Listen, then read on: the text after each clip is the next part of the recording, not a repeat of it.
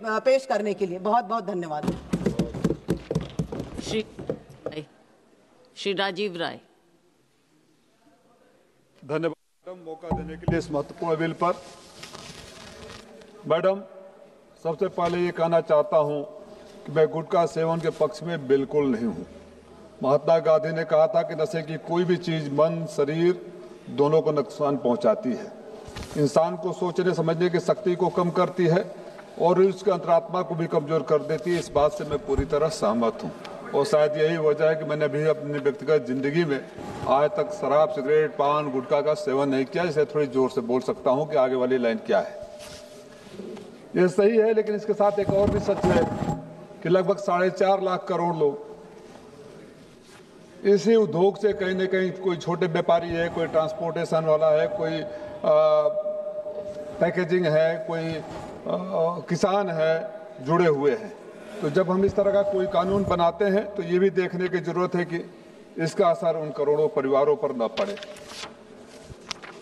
Madam, cess किसी समस्या का समाधान नहीं है और सेस को स्वास्थ्य से जोड़ना, सेस को आंतरिक सुरक्षा से जोड़ना, तो हमारी आंतरिक सुरक्षा गुटखे के सेस से अगर डिपेंड हो जाएगी तो भगवान ही मालिक है। हमारे इनकम टैक्स से 4% हेल्थ और एजुकेशन का तो लगता है, तो फिर ये सेस क्यों? और सेस में ये भी स्पष्ट नहीं है कि कितना हेल्थ में जाएगा, कितना आंतरिक सुरक्षा में जाएगा। कैग की रिपोर्ट बोलती है, समाजवादी पार्टी विपक्ष की नहीं, कि 3,70,000 करोड़ रुपए सेस के अभी तक ट्रांसफर नहीं हुए। पिछले 6 सालों में 48,000 करोड़ रुपए कैग के अनुसार माध्यमिक और उच्च शिक्षा के मद में ट्रांसफर नहीं हुए हैं। 37,000 करोड़ रुपया स्वास्थ्य के लिए जो ट्रांसफर करना था वो ट्रांसफर नहीं हुए हैं। आप जो अभी तक पैसा इकट्ठा किया है उसको ट्रांसफर नहीं करते हैं। और ये सेस पर गुटखा पर तो बहुत सारे राज्यों में बैन लग चुका है, वर्ल्ड के कई देशों में बैन लग चुका है। हमारे यूपी बिहार में चलता है, गरीब परिवार भी जुड़े हुए हैं।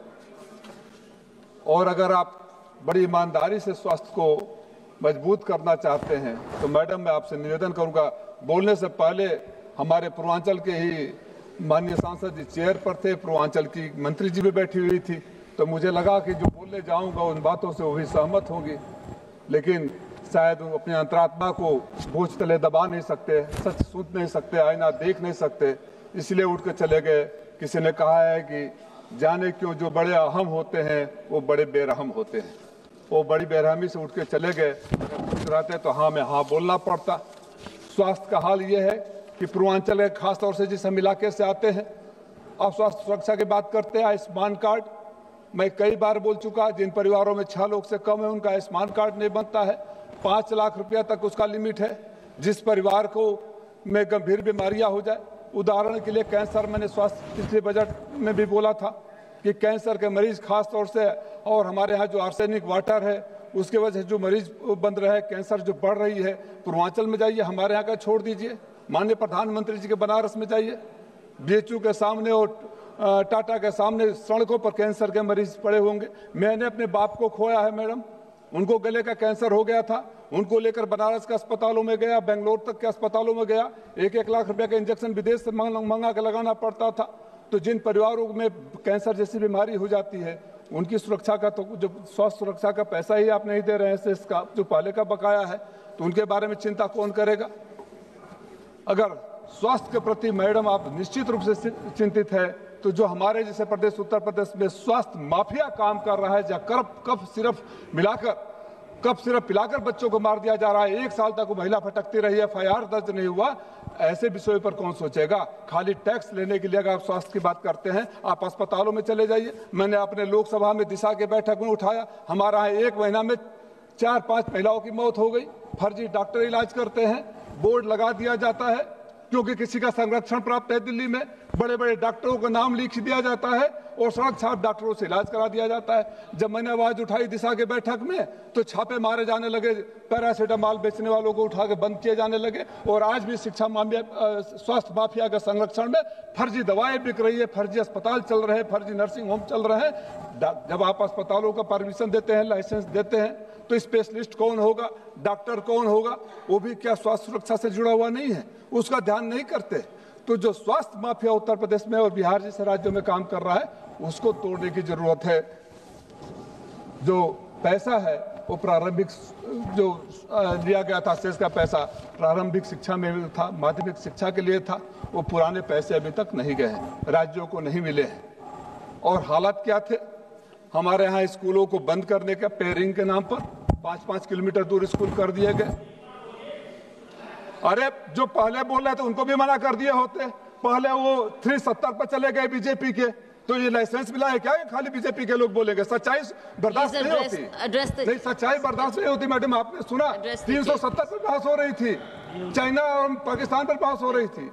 इसलिए आईना दिखाता हूं तो इनको झेल नहीं पाएंगे। आईना ये है कि माफिया काम कर रहा है, सत्ता के संरक्षण में काम कर रहा है, सरकार के संरक्षण में काम कर रहा है, पैसा नीचे से ऊपर पहुंचता है। और यकीन ना हो तो मैं चुनौती देता हूं माननीय मंत्री जी को, चलिए हमारे साथ बनारस प्रधानमंत्री के इलाके में देखिए, आप आंतरिक सुरक्षा को उससे जोड़ रहे हैं,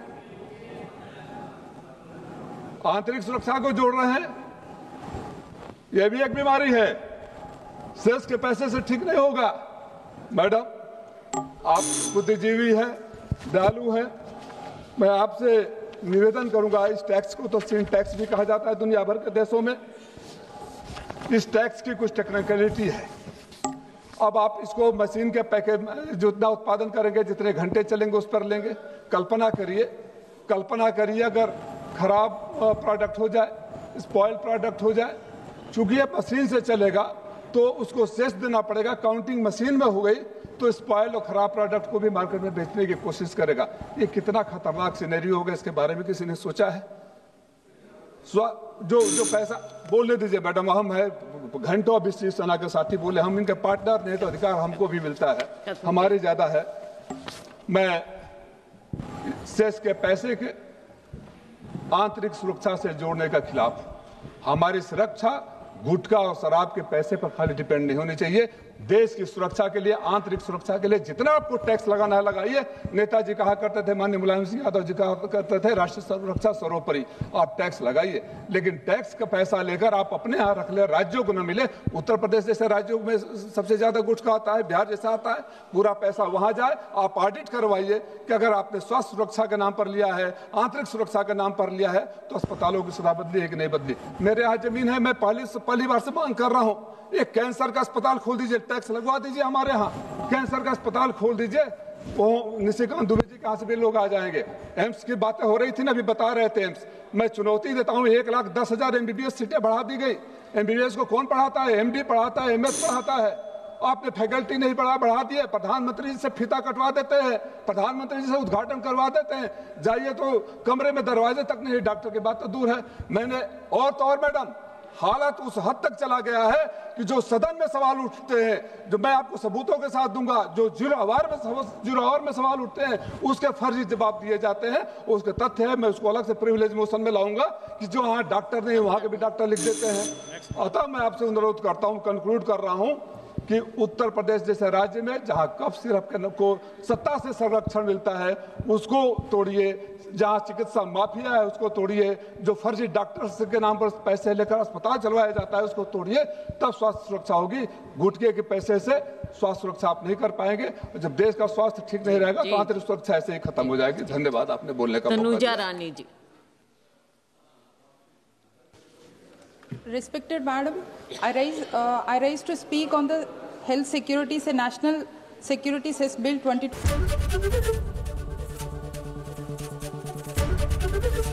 ABP गंगा, खबर आपकी, जुबान आपकी।